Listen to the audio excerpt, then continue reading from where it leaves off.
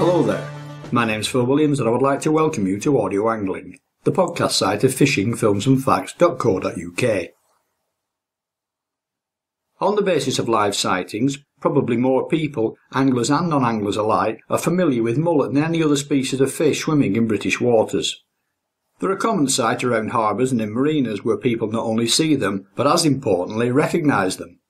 But few actually ever fish for them, most subscribing to the myth that they're uncatchable, or at best rarely caught, and only then by a few fortunate anglers after huge inputs of time and effort. In truth, the reality can be somewhat different. Difficult fish to catch? Maybe. That's because most dyed-in-the-wool sea anglers are unwilling to do what it takes to bring them into the reckoning as a real angling potential, something the mullet specialist Leon Roskilly, who I'm about to link up with here, is hopefully going to put us right on. But before handing over to Leon, I should make the point that when we talk about mullet here, unless specified otherwise, we're referring to the thick-lipped grey variety. There are two other similar-looking less common species, both of which are readily distinguished from the thick-lipped grey, though not as easily from each other, by having a more normal-looking thin upper lip. A fourth species, the red mullet, while it shares the family name, is in no way related to the three grey varieties previously mentioned. The first issue I feel we need to tackle is mullet catchability. As I've already said, most sea anglers tend to write them off as a target species, saying they're either difficult or maybe even impossible to catch. A suggestion which for those who fish for mullet regularly like yourself will most definitely want to refute. On occasions and in places they are fairly impossible to catch. They have feeding periods, and when they're not actually feeding, you'll see a lot of mullets swimming around and you can chuck anything you like at them and they just ignore everything. And sometimes it's as though somebody flicks a switch and suddenly they come on to feed. And I've never been able to figure out what it is that brings it about. Once they come on to feed, they're fairly catchable. I think one of the other problems that sea anglers have, of course, is that they use the wrong tackle. By and large, mullet are very suspicious. If something doesn't look right, they won't take it. Very often I'm fishing, throwing a handful of free offerings and one with a hook in, and they're sucking up all the free offerings and just leave that one piece of bread with the hook in completely alone. They know there's something not right about it, that it's not acting right in the flow, not bobbing around right. And we've tried all things, of painting the hook white, so it's not a giveaway, but still they're very, very suspicious. Now, we do find that we do get bites by fishing very, very light. That's small hooks and light hook lengths, less noticeable to the fish, which is very different to what sea anglers use. They use great big hooks and fairly heavy line. And also you need balanced tackle. If you're going to use a very small hook for a fish as powerful as that, and a light line, you need a fairly forgiving rod that can absorb the shock of the fish running, diving down without breaking the line or pulling the hook out. And mullet have this undeserved reputation for having soft lips.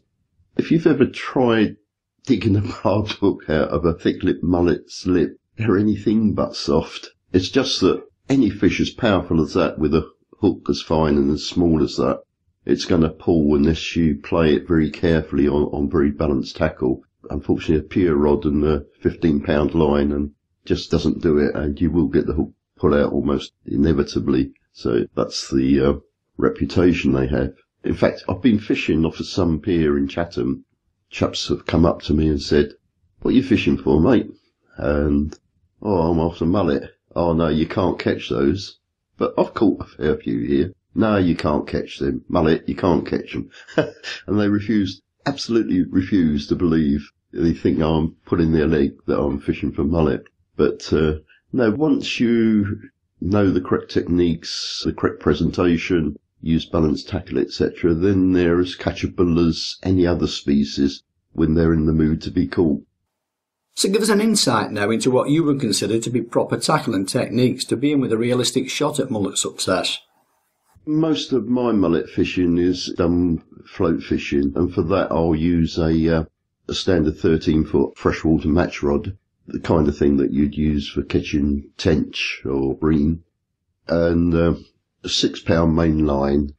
I prefer to use a centre pin reel for mullet because of the way they fight. You need to be able to react and give line quite quickly when necessary. And I find that using a fixed ball reel, that you just can't control the drag to the degree that you can with the centre pin. You need to be able to apply pressure when you want to and to release it instantaneously when that fish goes. Hook lengths. Sometimes 6 pound all the way through, but I prefer to go down to a 4 pound hook length and use fluorocarbon line, which is supposedly invisible in water. Size 8 hook, usually size 8 or size 10, with a flake of bread just moulded around the hook so that the hook's completely hidden, but the bread still remains fairly flocculent, and perhaps I'll touch on why a bit later. It's often said, and again widely believed by sea anglers, that mullet are not interested in traditional anglers' baits. Another myth we should perhaps put to bed. But to set the scene on that one, it might first help to understand the mullet's feeding habits, then start to look at how these can be used to angling advantage. Mullet are specialist feeders.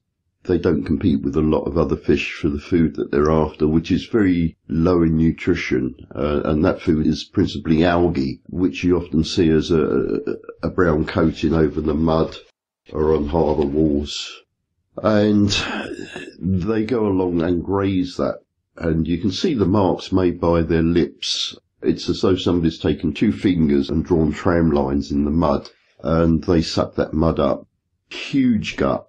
Longest of any fish, and it takes a long time for that low nutrient mud and algae to pass through the gut so that all the goodness is taken out of it. But when you can see them feeding, you can see puffs of mud coming out from behind them. And of course, algae isn't something that you can put on a hook, so we're onto a loser there. Fortunately, they are very opportunistic feeders. If there's a source of nutrient-rich food available locally fairly consistently, they will make use of that. Say in harbours where they clean the fish out, etc., you get the fish guts.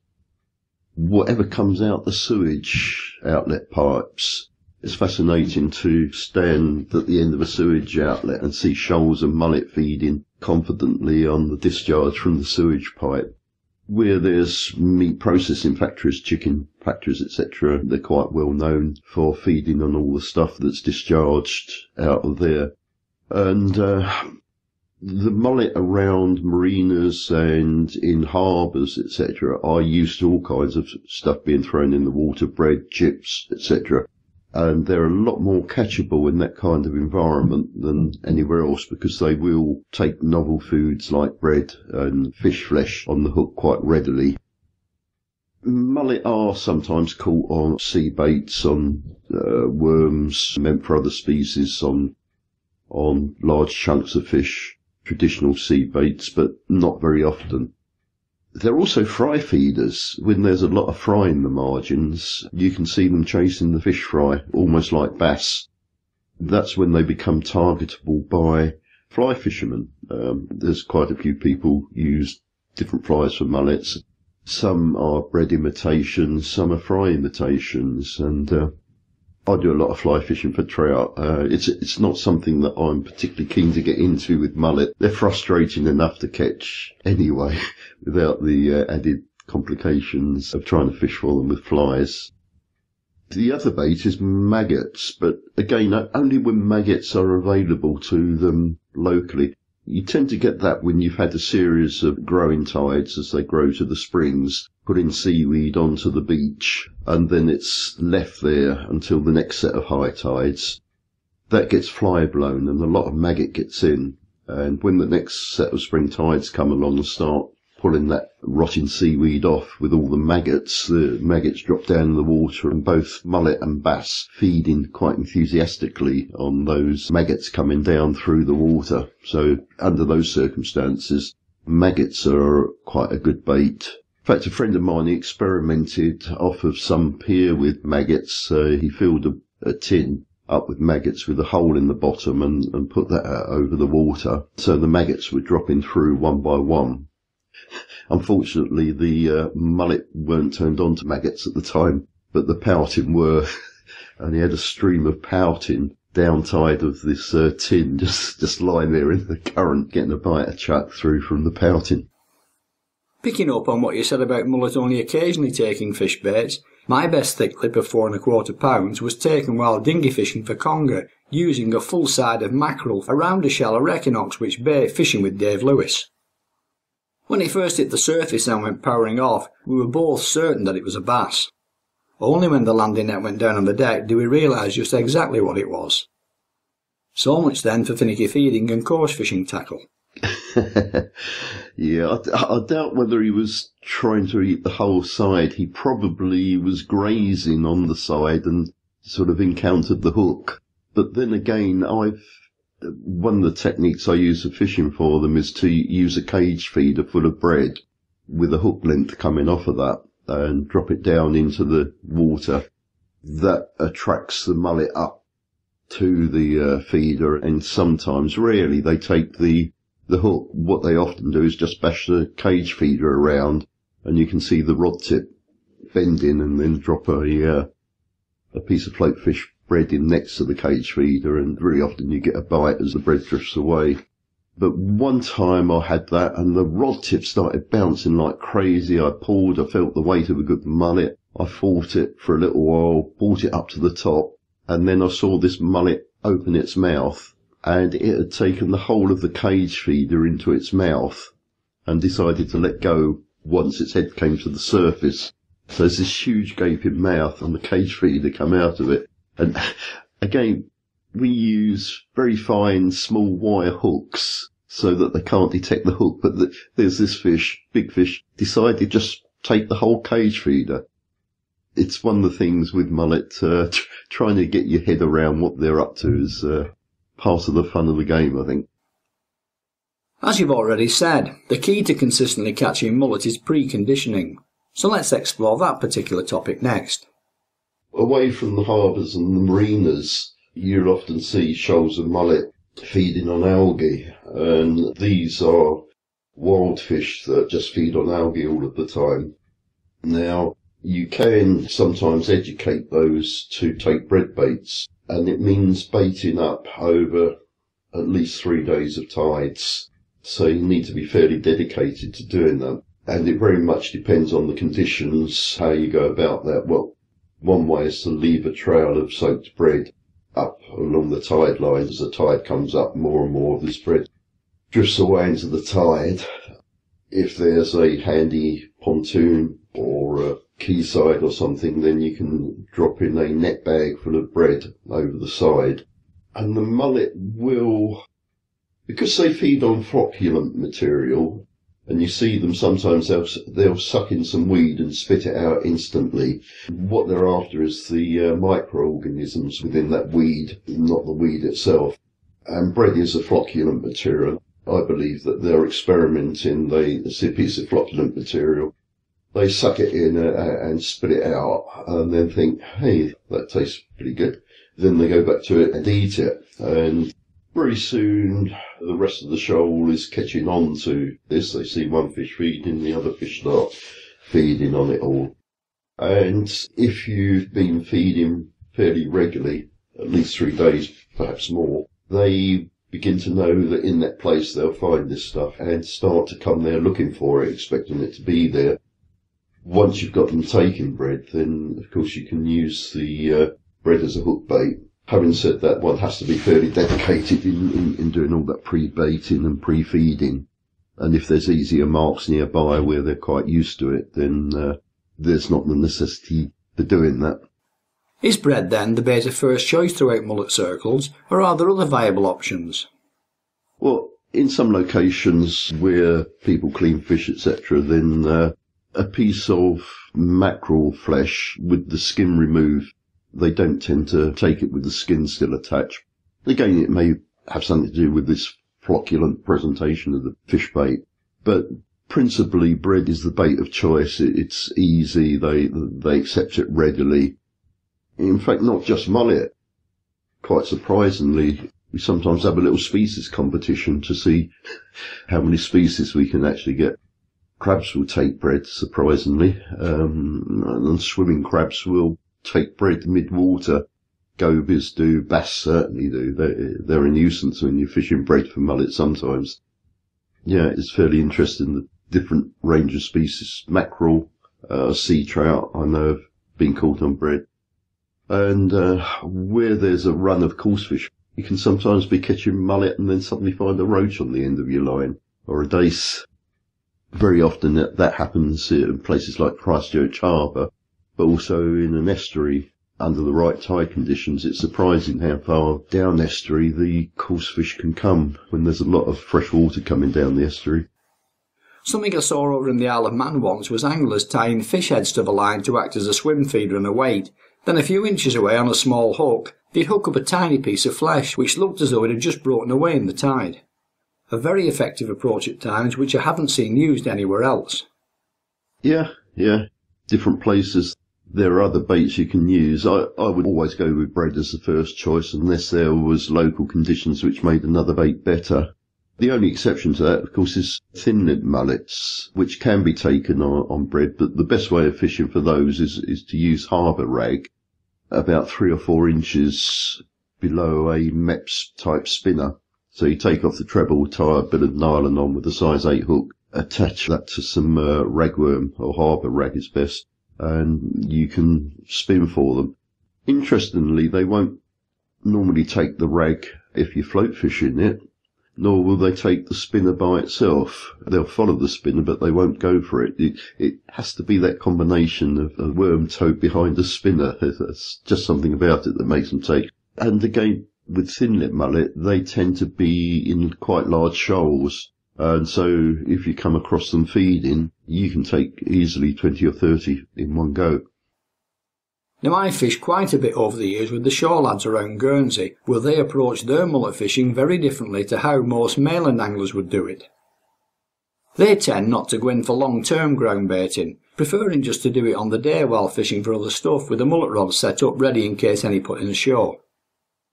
Normally they use boiled sand eels mashed up with bread and softened with fish oil, which they spoon in at intervals from the rocks, leaving the tide to do the rest. Another technique I've also seen them use is a 3-hook paternoster rig, baited with pieces of crust and cast from the open beach at Havelet near St. Peter Port. No feed, just crust on the bottom. Yeah. Locally there'll be various traditions of baits and methods that will for that location. If there are people fishing for mullet, it's worth finding out how the mullet are feeding. Having said that, mullet specialist anglers are very cagey about giving information about how and where they fish. Because something about mullet is that they're very slow growing. It takes them 10 years in UK waters. It's about 10 years to reach breeding size, which is around 3 pounds. And a 6 or 7 pound mullet is 15 years or more old. They also are very site faithful. The same mullet will come back to the same places year after year. And if too many people take mullet from a location, the mullet population at that place, certainly of the bigger fish, will decline quite rapidly. And so people who fish catch and release for mullet that are looking for specimen fish will usually be quite secretive about the marks of where they're actually catching fish. Now I know that when you personally take on a challenge, for as long as that lasts, you like to do it to the max, and that has also applied to your mullet fishing. As you say, when I become interested in the species, I like to learn a lot about its life, how it feeds, its seasonality, etc. And for most species, there's a lot of information available. Freshwater fish, certainly, there's lots of books being published by anglers on the different species. And for sea fish, if we're looking at cod or even bass, seafass have done lots of tagging studies, etc. They're of commercial interest, but mullet are a fish that very few people specialise in fishing for, and it's of no real commercial interest, so there's not been an investment in finding out about mullet. I know Alwyn Wheeler did a lot of work on it, some of which is quite interesting. And certainly around the local area, what do the mullet do? Where do they feed? What time of year? What time of the tide do they feed? One of the fascinating things is you have to find these things out for yourself. and having got the bug of fishing for mullet, had a few good fish, explored their really powerful fighting capabilities, which is one of the main attractions to them. They're the hardest fighting fish, pound for pound, of any fish that I've come across. And trying to get that amount of knowledge in a short space of time to be effective was proving quite difficult. So the obvious route was to try and make contact with other people who might be fishing for mullet in the area. So I formed the Medway Mullet Group, and the idea was that we'd have meetings once a month in a pub somewhere, talk about our exploits with mullet, share information by email of what was catching, and arrange fishings where, we could get a group of us fishing together. Something I'd noticed with the Lure Angling Society when I was involved in lure fishing was that there'd be one or two anglers amongst 20 or so who were getting all the takes on their lures, and watching those carefully was quite an education to see what they were doing that was subtly different to everybody else. And with mullet, again, things like just not putting your rod out over the water. They're quite tolerant, I found, fishing off the pier, of people making lots of noise on the pier riding past. They'd be swimming around, but the moment a rod went out over the water and the shadow of the rod across the water, they were gone. And it was anglers who had cottoned onto this that kept their rod parallel to the pier rather than out of the water, who were getting most of the fish.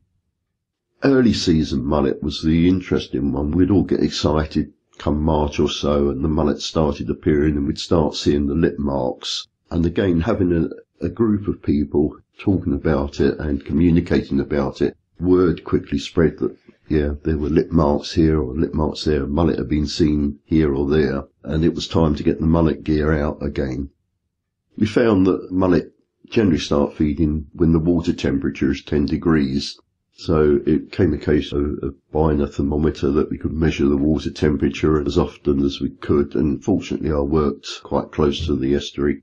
I could pop down there during my lunch hour and take readings. And then you notice how the temperature of the estuary water would change with the tides and the weather conditions as well. If there was sunlight on the mud during the sunny part of the day, it was low tide there. The mud would soak up a lot of the heat of the sun, and when the tide came in over it, that tide would get warmed coming through. And the reverse happened if there was a night frost.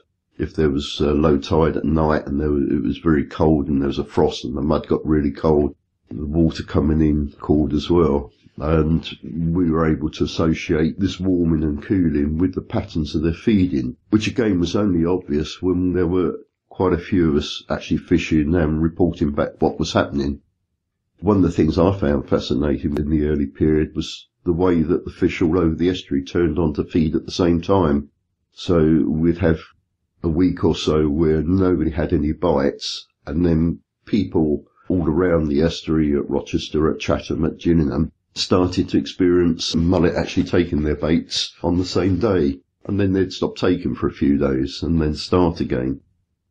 An estuary like the Medway is a big water. To try and explore all of it and to put the picture together, just one person, that would be the work of years. But when there's 20 or so of you actually doing it together, the picture develops a lot more rapidly. And again, one of the exciting parts of mullet fishing was the social side of fishing with like-minded people, swapping ideas, thinking up things and trying them out together and learning from that. So the message then to take away here is gathering and sharing scientific data, which when taken in isolation may tell you nothing, but collectively can provide crucial shortcuts. So what other sorts of data did you accumulate, interpret and ultimately use to benefit? Water temperatures, I think, was the main one that we were using scientifically.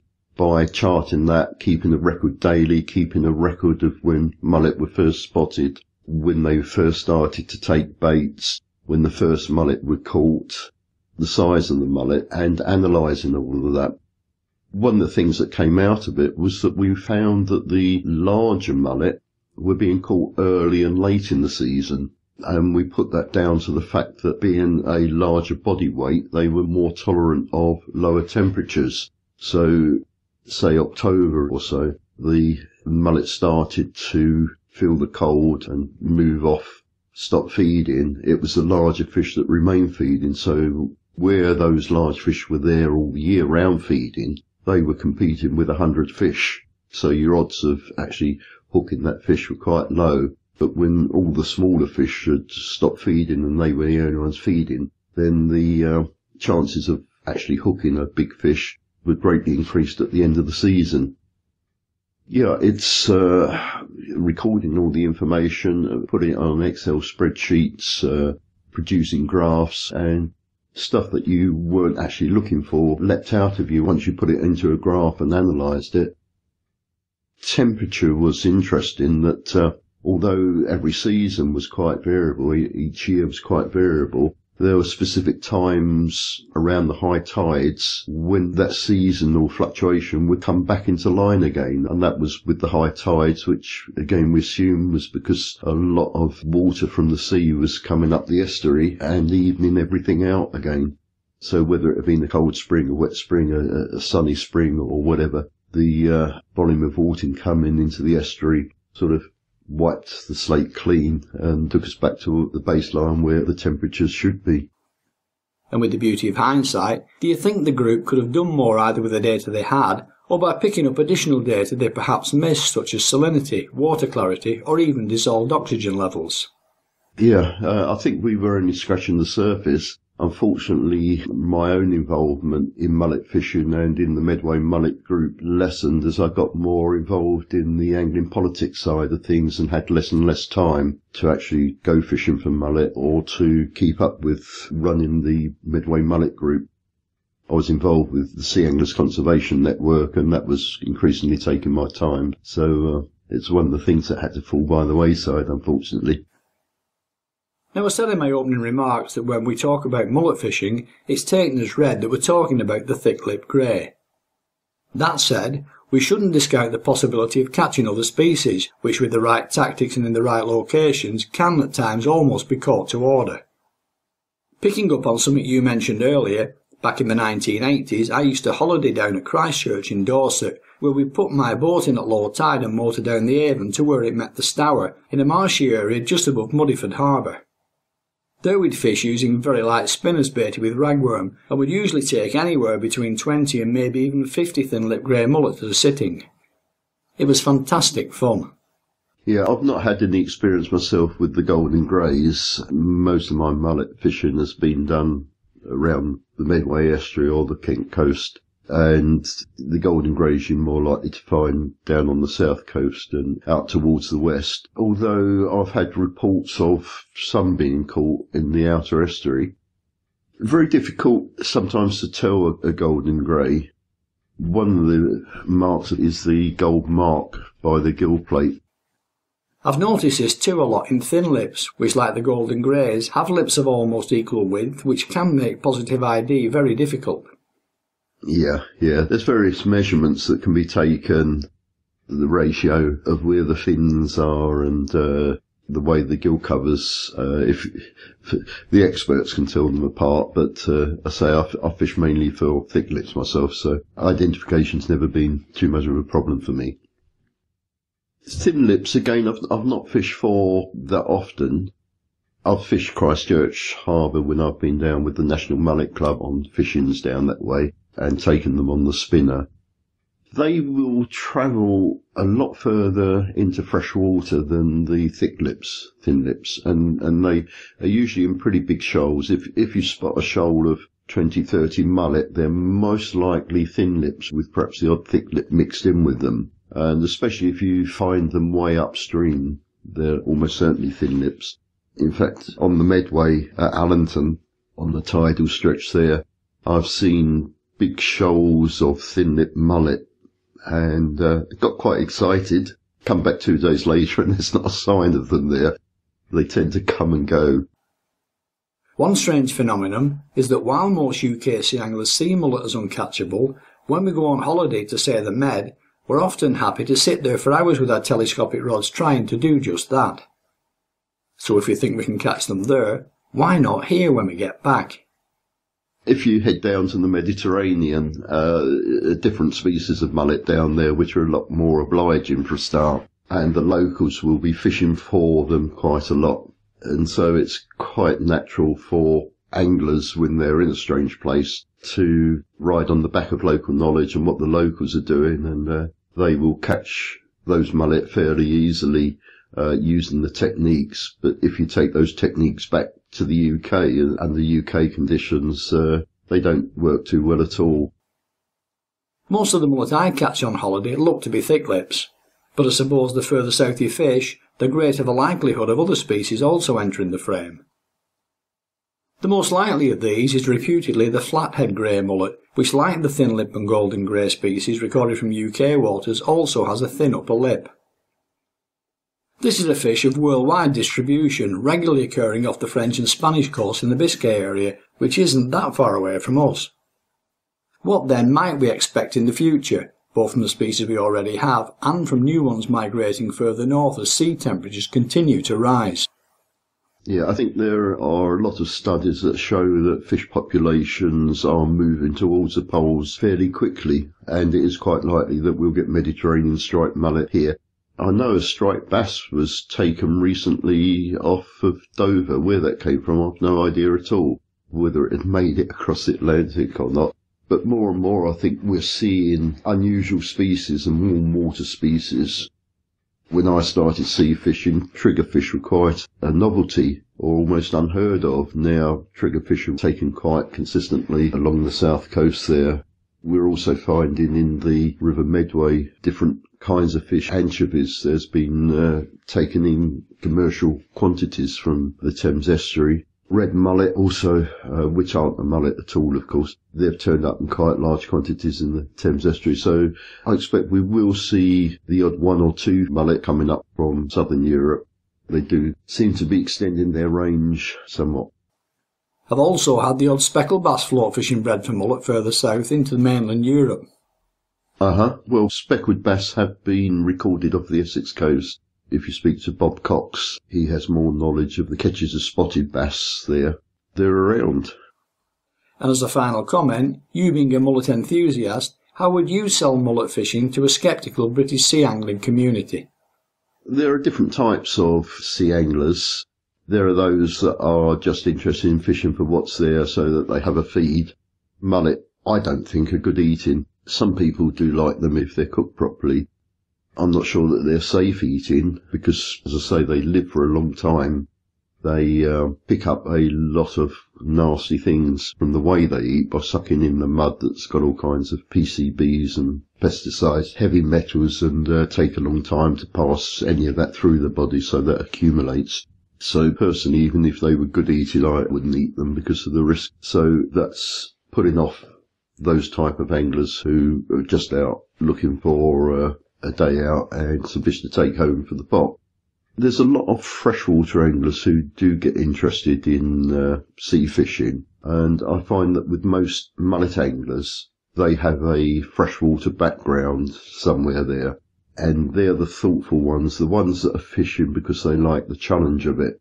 It's recognition as well. The National Mullet Club have a system whereby you can get certificates and you can gain trophies at the end of the year, and it's published so that people who like that competitive edge. I think one of the best competitions is the heaviest weight of the 10 best fish during the year caught from different locations, and there's keen competition for that trophy, trying to get 10 fish all over 5 pounds during the season. And some people, if you get 10 fish over 7 pounds, 70 pounds of mullet over 10 fish, that's some doing. So it's mainly the excitement of the challenge and learning new things, I think, which is likely to attract a particular kind of angler. Somebody who's more of a sports angler than somebody that just fishes for some fish for the pot. Yeah, that pretty much sums up the outsider view I also have of mullet fishing. Hard fighting, often elusive fish approach with light tackle and invariably return to the water once it's seen the inside of the landing net. And although some commercial fishing for them does take place, not exactly a popular or regular resident on the fishmonger's slab. a prospect which hopefully will ensure the longer term viability and increase the popularity as other species slip deeper into decline. My thanks then to Leon Roskilly for sharing his enthusiasm for mullet with us here.